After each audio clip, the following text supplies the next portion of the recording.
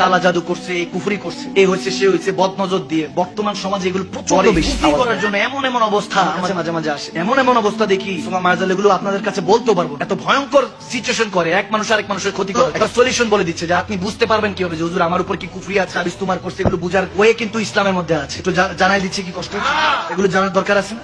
একটা কাপের মধ্যে যেটা স্বচ্ছ, এরকম গ্লাস কাপটা এরকম স্বচ্ছ হইতে হবে, দুই পার যাতে দেখা যায়। এটা রাস্তার দিকে তাকিয়ে চারকুল, যেটা বলা হয় চারকুল, সূরা কাফির, সূরা ইখলাস, সূরা নাস, সূরা ফালাক, এই চারকুল পড়ে আপনি এটার মধ্যে ফু দিবেন। ফু দিয়ে এটার দিকে তাকায় থাকবেন আর দুরূদ শরীফ পড়তে থাকবেন, দুরূদ শরীফ পড়তে থাকবেন। চেষ্টা করবেন যাতে পানি না হয়। দুরূদ শরীফ 100 বার কমপ্লিট করে আবার চারকুল পরে ফু দিবেন।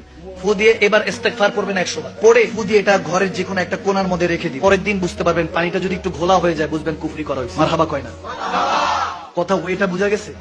একদম সিম্পল। চারকুল পড়বেন, 100 বার দুরূদ শরীফ পড়তে পড়তে দেখতে হবে, এবং এই আপনার পানি যাতে এই পার ওই পার দেখা যায়, এই সিস্টেম হয়ে থাকতে হবে। দেখতে দেখতে আবার দুরূদ শরীফ কমপ্লিট হলে 100 বার পড়ে আল্লাহুম্মা সাল্লি আলা সাইয়্যিদিনা মুহাম্মদ ওয়া আলা আলি সাইয়্যিদিনা মুহাম্মদ ওয়া বারিক ওয়া সাল্লিম পড়ে জাস্ট 100 বার ফু দিবেন। এরপর আবার পড়ার পর আবার দেখতে থাকবেন, ইস্তেগফার করবেন, আস্তাগফিরুল্লাহ আস্তাগফিরুল্লাহ পড়ে 100 বার পড়ে তারপর ফু দিবেন।